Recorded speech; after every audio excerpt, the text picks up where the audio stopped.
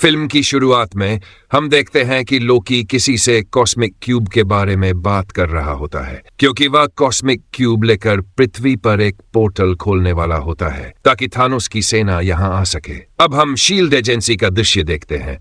Cosmic cube वहीं रखा हुआ था। एक हेलीकॉप्टर वहां उतरता है और निक फ्यूरी उसमें होता है। अंदर आते ही वह एक वैज्ञानिक से मिलता है। उसे बताया जाता है कि कॉस्मिक क्यूब से कुछ अजीब रेडिएशन निकल रही है। कोई नहीं जानता कि ऐसा क्यों हो रहा है। तभी वहां लोकी आता है और कॉस्मिक क्यूब लेने की कोशिश करता है। सभी लोग तुरंत कॉस्मिक क्यूब की सुरक्षा के लिए खड़े हो जाते हैं। लोकी अपनी शक्तियों का उपयोग करके सभी को दूर फेंक देता है। वह कॉस्मिक क्यूब को उठाता है और भागने लगता है। निक फ्यूरी उसके पीछे से गोली चलाता है। कुछ लोग कारों में उसके पीछे जाते हैं, लेकिन वह सफलतापूर्वक भाग जाता है। निक फ्यूरी वहां मौजूद लोगों से कहता है कि एवेंजर्स की एक टीम बनानी होगी।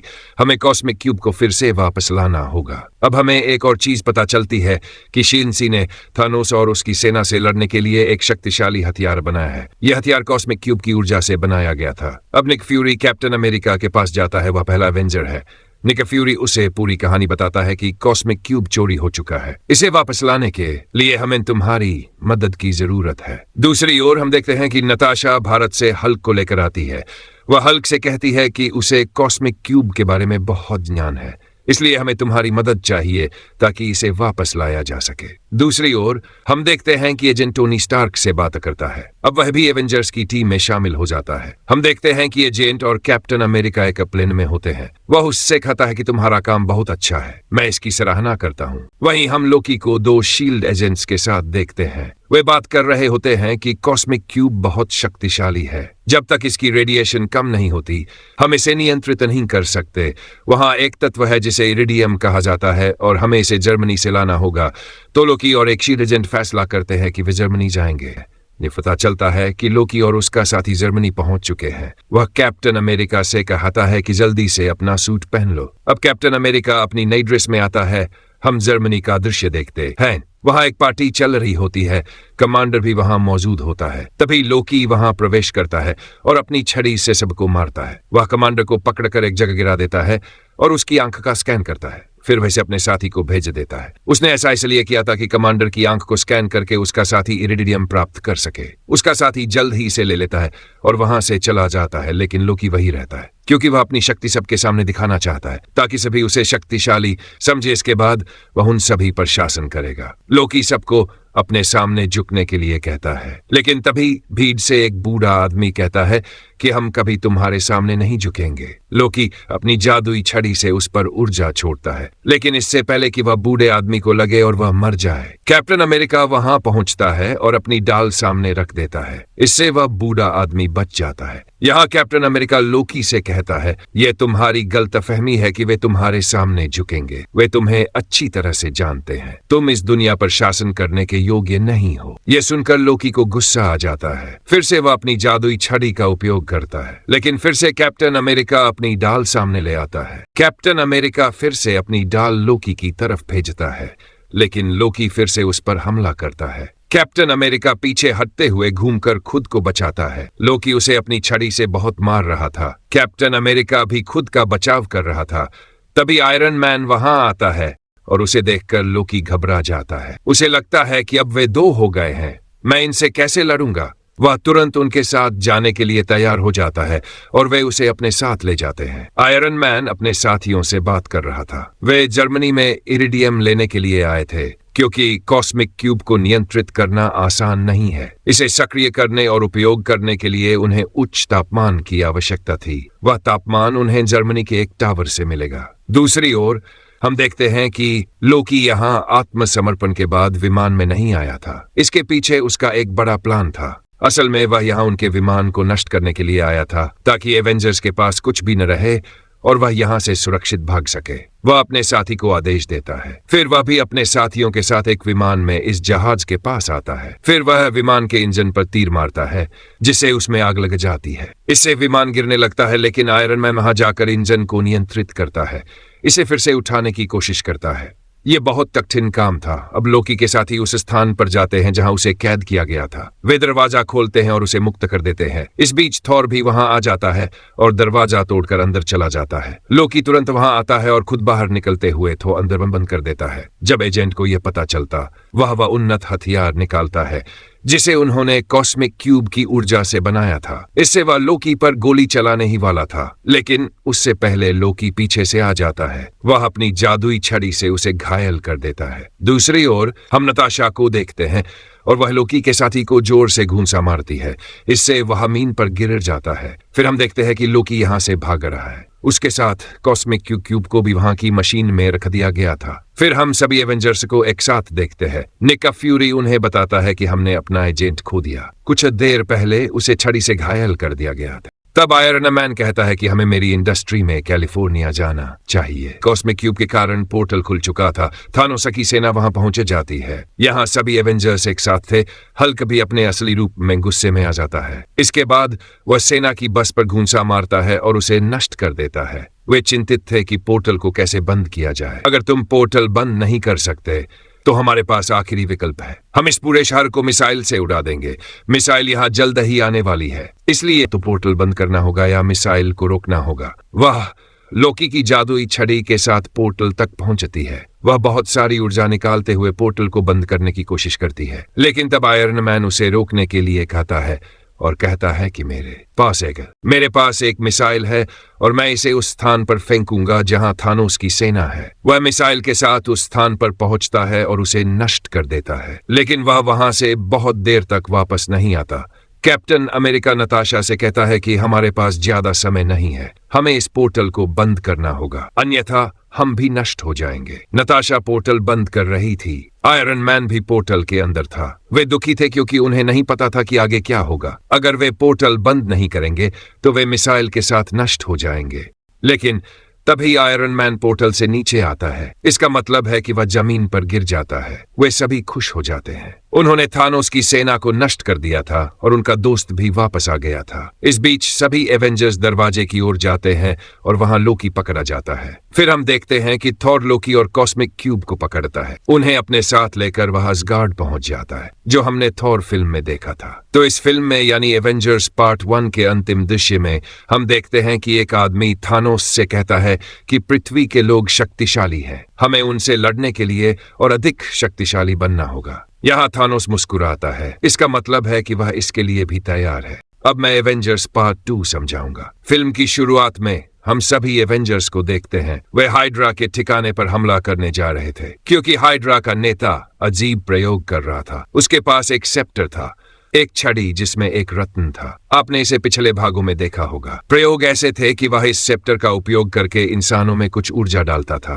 ताकि वे दूसरों और एवेंजर्स से लड़ सके। उसका अगला लक्ष्य एवेंजर्स थे। वह 2 भाई बहनों को चुनता है और वे जुड़वां थे। हाइड्रा के नेता ने उन पर प्रयोग किया था, इसलिए अब उनके पास ऊर्जा थी। अब वह लड़की जिस पर प्रयोग किया गया था वह आयरन मैन के पास जाती है और अपने हाथों से कुछ ऊर्जा निकालते हुए उसे सम्मोहित करने लगती है। उसका भाई कैप्टन अमेरिका के पास जाता है और उस पर हमला करने की कोशिश करता है। यहाँ दृश्य बदलता है। हम देखते हैं कि जब वे हाइड्रा के ठिकाने पर जाते हैं, वे उन्हें हरा देते हैं और सेप्टर लेने जाते हैं। आयरन मैन सेप्टर को ले चुका था और अपनी लैब में आता है। हल्क भी उसके साथ। वे इस सेप्टर पर एक प्रयोग करने की योजना बनाते हैं। वे ये पता लगाएंगे कि ये कितना खतरनाक है। यहाँ आयरन मैन और हल्क को एक खास बात पता चलती है कि इस छड़ी में जो रत्न है वह खुद सोच सकता है। इसमें सोचने की क्षमता है। इसका मतलब है कि यह खुद ही शक्ति और ऊर्जा उत्पन्न कर सकता है। आयरन मैन और हल्क इसके चारों ओर एक सुरक्षात्मक परत बनाते हैं ताकि यह वहां की चीजों को स्कैन कर सके या उन्हें नुकसान न पहुंचा सके।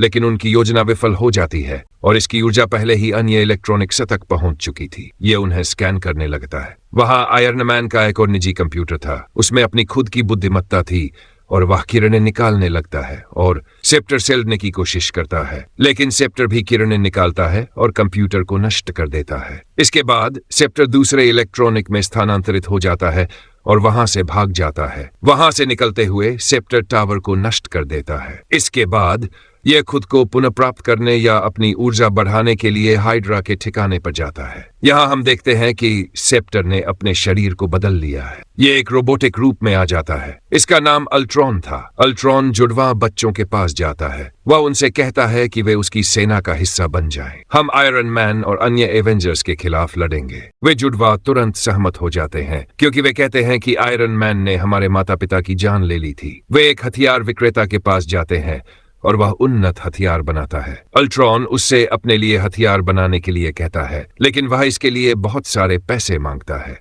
अल्ट्रॉन के पास शक्ति थी कि वह किसी भी खाते से पैसे किसी भी खाते में स्थानांतरित कर सकता था। ये भी वही करता है और उस चीज का नाम वाइब्रेनियम है। ये वही धातु है जिसे कैप्टन अमेरिका की डाल बनी है। ये बहुत मजबूत है। अब जुड़वा एवेंजर्स के पास पहुंचते हैं क्योंकि अब वे मजबूत हो चुके थे और उनके पास टेलीकिनेटिक शक्तियां थी जिसे वे दूसरों के दिमाग को नियंत्रित कर सकते थे। तो वे हल्क के दिमाग को नियंत्रित कर लेते हैं। वे उसके दिमाग में ये बात बैठा देते हैं कि उसकी टीम उसे मारना चाहती है। वह गुस्से में आ जाता है। वह असुरक्षित महसूस करने लगता है और वह अपनी ही टीम को मारने के लिए आगे बढ़ता है। अब क्योंकि हल्क बहुत शक्तिशाली था, इसलिए आयरन मैन भी अपना नया सूट पहन लेता है। उसे पहले से तैयार किया गया था। यह सिर्फ हल्क को नियंत्रित करने के लिए था क्योंकि उसे पहले से ही पता था कि हल्क एक दिन ऐसा करेगा। वह क्योंकि यह बात उसके दिमाग में डाली जाएगी। यहाँ उनके बीच लड़ाई शुरू हो जाती है। हल्क आयरन मैन की तरफ एक कार फेंकता है। यह उसे लगती है। आयरन मैन पीछे गिर जाता है। फिर वह तुरंत आगे बढ़ता है। वह हल्क को उठाकर दूसरी तरफ फेंक देता है। क्योंकि हल्क बहुत आक्रामक था, इसलिए वह आयरन मैन के हाथ में एक छड़ घोंप देता है जिससे उसका सूट क्षतिग्रस्त हो जाता है। उसका हाथ टूटकर गिर जाता है। लेकिन फिर आयरन मैन एक उपग्रह को संकेत देता है। वहां से उसका नया हाथ आता है और उसके साथ जुड़ जाता है। अब उसके हाथों से आग निकल रही थी और वह इसे हल्क की तरफ फेंकता है। हल्क तुरंत उसकी तरफ बढ़ता है और उसे मुक्का मारने ही वाला होता है, लेकिन आयरन मैन उसका हाथ पकड़ लेता है। यहाँ दोनों एक दूसरे को रोकने की कोशिश कर रहे थे। फिर आयरन मैन हल्क को पूरी ताकत से धरती पर पटक देता है। यहाँ वे सभी डर जाते हैं। तथ्य यह था कि एवेंजर्स खुद आपस में लड़ रहे थे, जिससे लोगों को संदेह होने लगा कि क्या वे हमारी रक्षा कर सकते हैं। सभी एवेंजर्स और उनके नेता ने फैसला किया कि हम अपना ठिकाना बदलेंगे क्योंकि यहाँ के लोग उन्हें अच्छा नहीं मानते थे। वे हॉकाई के घर जाते हैं। वह उनका सदस्य था, लेकिन लोकी ने उसे अपना साथी बना लिया था। यहाँ थॉर एक आदमी से मिलता है जो पहले उनका साथी था, लेकिन अब लोकी का साथी बन गया था। वह उसे उस हमले के बारे में बताता है जो उस पर हुआ था। यह हमला जुड़वा बच्चों में से एक लड़की ने किया था। अगले दृश्य में हम कोरिया देखते हैं। अल्ट्रॉन वहां जाता है और एक लड़की से मिलता है। क्योंकि अल्ट्रॉन रत्न की शक्तियों से बना था, वह रत्न को वाइब्रेनियम के साथ मिलाकर इसे और अधिक शक्तिशाली बनाना चाहता था। वह महिला से इसे करने में मदद मांगता है, लेकिन फिर जुड़वा बच्चों में से लड़की उसका दिमाग पढ़ती है। वह जान जाती है कि वह वास्तव में एक शक्तिशाली हथियार बनाना चाहता है जो वह सेप्टर और वाइब्रेनियम का उपयोग करके बनाएगा। इसके साथ वह सभी इंसानों को मार सकता है और यहाँ राज कर सकता है। तो वह इसे पसंद नहीं करती क्योंकि वह भी एक इंसान थी। वह रोती है और अल्ट्रॉन से कहती है, हमने सोचा था कि तुम आयरन मैन के खिलाफ हो, लेकिन तुम पूरी दुनिया को नष्ट करना चाहते हो। हमें खेद है, हम इसमें तुम्हारी मदद नहीं करेंगे। फिर कैप्टन अमेरिका, नताशा और हॉकाई वहां प्रवेश करते हैं। वे वहां एक सिंथेटिक शरीर लेने आए थे। नताशा विमान का दरवाजा खोलती है और सिंथेटिक शरीर लेती है। वे बेस पर आते हैं और इसका उपयोग करते हुए आयरन मैन अपने कंप्यूटर को वापस लाने की कोशिश करता है। थॉर भी अपना हथौड़ा लाता है और इससे बिजली और ऊर्जा निकालता है इस रत्न को सक्रिय करने के लिए, और वह जान जाता है कि यह साधारण रत्न नहीं है। यह 6 अनंत पत्थरों में से एक है। फिर यहाँ एक नया किरदार बनता है। इसका नाम विजन है और यह इसी पत्थर से बना है। अब जुड़वा बच्चे भी एवेंजर्स के साथ थे। वे मानवता को बचाना चाहते थे और नहीं चाहते थे कि सभी मर जाएं जैसे उनके माता पिता मारे गए थे। अब वे सभी मिलकर अल्ट्रॉन के ठिकाने पर जाते हैं जो उसने कुछ समय पहले वाइब्रेनियम से बनाया था ताकि वे इसे नष्ट कर सकें। अल्ट्रॉन उस शहर को आकाश में उठाना चाहता था जहां उसका ठिकाना था। इसके बाद वह इसे पूरी ताकत से धरती पर गिराएगा। इससे एक विस्फोट होगा और पूरी मानवता नष्ट हो जाएगी और वह यहाँ राज करेगा और सब कुछ नए तरीके से बनाएगा। लेकिन एवेंजर्स को पहले ही इसका पता चल चुका था। वे तैयार होते हैं और वहां पहुंचते हैं। जैसे ही वे वहां पहुंचते हैं, अल्ट्रॉन की सेना उन पर हमला कर देती है। वे उन्हें रोकने की कोशिश करते हैं। इसी बीच निक फ्यूरी वहां आता है और उन पर गोली चलाने लगता है। इस लड़ाई के दौरान जुड़वा बच्चों में से भाई मर जाता है उसकी बहन इसके कारण बहुत दुखी हो जाती है। वह रोने लगती है और फैसला करती है कि वह अल्ट्रॉन को मारेगी और इसे खत्म कर देगी। लड़की अल्ट्रॉन के पास जाती है। अपनी शक्तियों का उपयोग करते हुए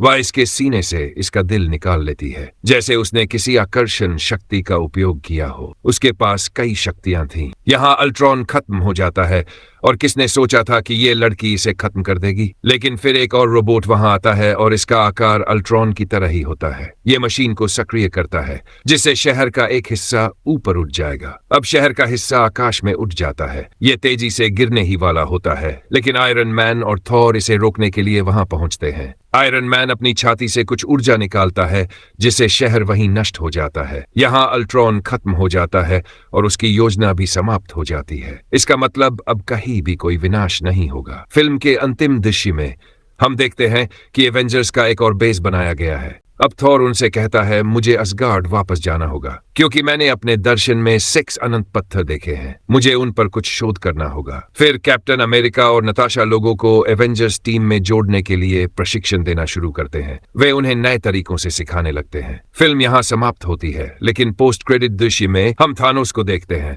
वह कहता है, अब मैं किसी पर भरोसा नहीं करूंगा। मैं खुद दुनिया में जाऊंगा और इसे नष्ट कर दूंगा। इसके साथ एवेंजर्स के दोनों भाग पूरी तरह समाप्त हो जाते हैं। धन्यवाद देखने के लिए।